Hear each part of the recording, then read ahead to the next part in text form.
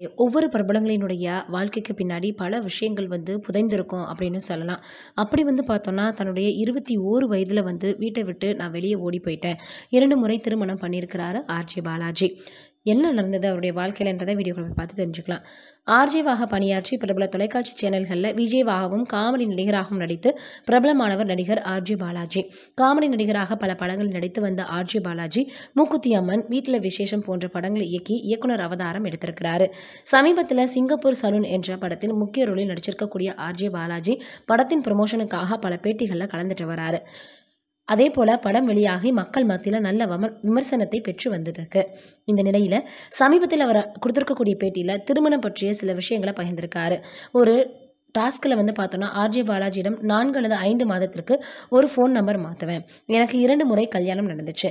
நான் ஓடி போய் கல்யாணம் செஞ்சுக்கிட்டேன் அப்படின்னு வீட்டில் எல்லோரும் எதிர்பார்க்கல. ஆனால் நேரில் எங்களை கூப்பிட்டு முனி படம் எடுத்த ஷூட்டிங்கில் தான் கல்யாணம் செஞ்சோம். முதலில் ஓடி போய் கல்யாணம் செஞ்சோம். அதன் பின் அவர்களையே குடும்பத்தினர் முன்னிலையில் இன்னொரு கல்யாணம் செய்தேன் அப்படின்னு சொல்லியிருக்கிறாரு.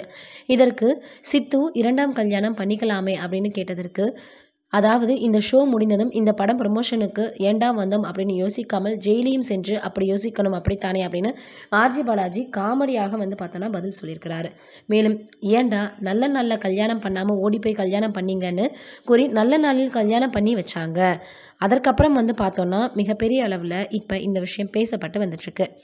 என்னடா இது, குடும்பத்தில் நல்ல நாளில் பார்த்து ஓடி போலியான்னு கேட்டிருக்காங்களா அப்படின்னு பலரும் அவரை பார்த்து கேள்வி கேட்டு வந்துட்டுருக்காங்க. உண்மையிலேயே ரொம்பவே பார்த்தோன்னா, தன்னோட 21 வயதில் ஓடி போய் கல்யாணம் பண்ணியதாகவும், அதே போல் அவர் ஆர்ஜேவாக வேலை செய்யலையா, ரொம்பவே இளமை பருவமாக இருந்துச்சாம்.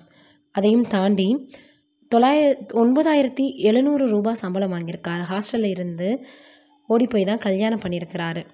என் அப்பா பார்த்தோன்னா, இதை நான் கல்யாணம் பண்ணதை என் அப்பாவிடம் சொன்னேன். முதல் மனைவி 2ஆம் மனைவி எல்லாம் ஒரே மனைவி தான் அப்படின்னு ஆர்ஜே பாலாஜி சொல்லியிருக்கிறாரு.